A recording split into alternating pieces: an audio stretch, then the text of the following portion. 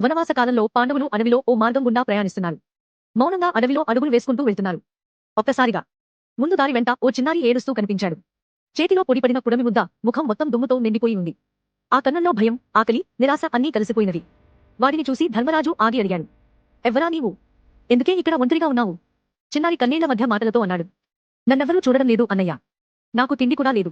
నా అక్క ఏడుస్తోంది. అమ్మా నాన్న ఎక్కడున్నారో తెలియదు అన్నదిని విని అన్నలందరూ దిగులుకున్నారు. కాని వెంటనే భీముడు ముందుకు వచ్చాడు. అతను ఆ పిల్లాడిని ఒడిలోకి తీసుకున్నాడు. ఓ చల్లని చేతితో తలదాచాడు.